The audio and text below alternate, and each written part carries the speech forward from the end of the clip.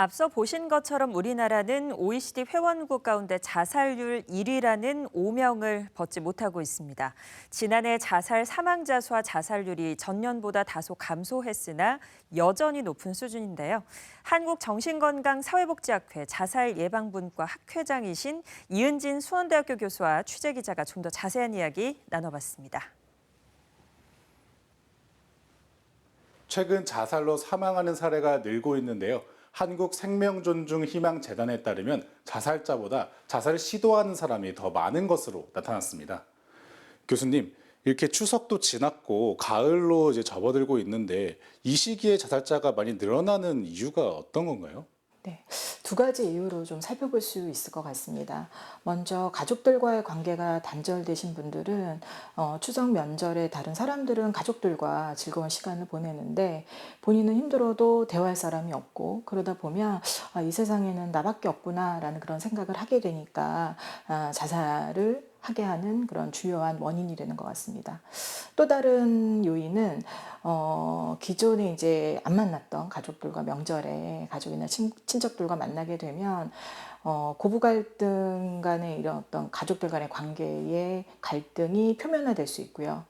또 가족들과의 대화 속에서 결혼이나 뭐 출산, 그런 개인적인 어떤 성공을 강요하는 그런 대화를 하게 되면 또 그것이 개인에게는 스트레스 원으로 작용할 수 있기 때문에 이런 것들이 자살로 이어질 수 있습니다. 그 자살 유족들의 자살 위험도가 높은데 이게 이유가 있나요? 네. 보통 한 분이 자살을 하게 되면 적게는 6명, 많게는 10명 정도의 자살 유족이 생깁니다. 여기서 얘기하는 자살 유족은 가족뿐만이 아니라 친구나 동료들도 해당이 되는데요. 가첩스럽게 내 가까운 사람이 자살을 하게 되면 내가 자살한 사람으로부터 버려졌다라는 느낌, 그리고 내가 이 사람의 자살을 막지 못한 거에 대한 죄책감을 경험하게 되고 또 혹시 또 내 주변 사람들이 자살을 하면 어떡하나 라고 하는 그런 걱정과 함께 주변의 시선 때문에 자살 유족이 자살을 막지 못한 이유를 좀 추궁하는 그런 주변의 시선들 때문에 낙인감을 경험할 정도로 자살 유가족분들은 힘든 경험을 하게 됩니다. 이분들의 심리적 고통이 어느 정도 수준이냐면 성폭행이나 전쟁이나 또는 범죄 피해를 당하신 분들의 정신적 외상 수준과 유사한 그런 수준이어서 실제로 자살 유족과 관련된 연구를 좀 보면 일반인들에 비해서 애도 기간 동안 자살을 생각할 가능성이 9배 이상 높고요. 우울증을 경험할 가능성도 7배 이상 높습니다.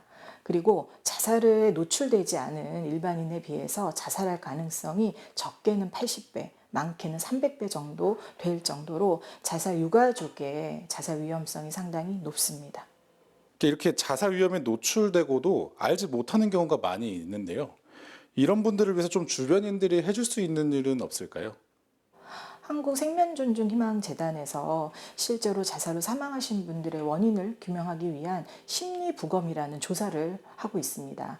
그 결과를 좀 살펴보면 실제로 자살로 사망하시는 분들 중에 94%가 주변 사람들한테 자신의 자살을 예고하는 경고 신호를 보냈고요. 그런데 자살하기 전에 가까운 유족이 그걸 알아차린 비율은 23%밖에 되지 않았습니다.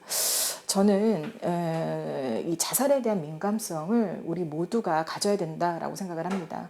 대부분의 사람들은 설마 내 주변에서 자살이 일어날까라는 생각을 하면서 내 주변의 사람들이 자살을 할 거라는 예상을 거의 하지 못하는데요. 저는 누구든지 자살을 할 수 있다라고 생각을 하거든요. 자살은 특별한 사람만 하는 것이 아닙니다. 그렇기 때문에 내 가까운 사람들에게 언제든지 자살을 할 수도 있고 자살을 생각할 수도 있기 때문에 항상 자살을 생각할 정도로 힘들어하는 건 아닌지 관심을 갖고 사전에 경고 신호를 알아차려주는 것이 중요합니다. 만약 경고 신호를 알아차렸다면 실제로 자살을 생각하고 있는지를 물어보고 얼마나 힘들었으면 자살을 생각했겠습니까? 그 이유를 공감하면서 경청해서 들어주시고요.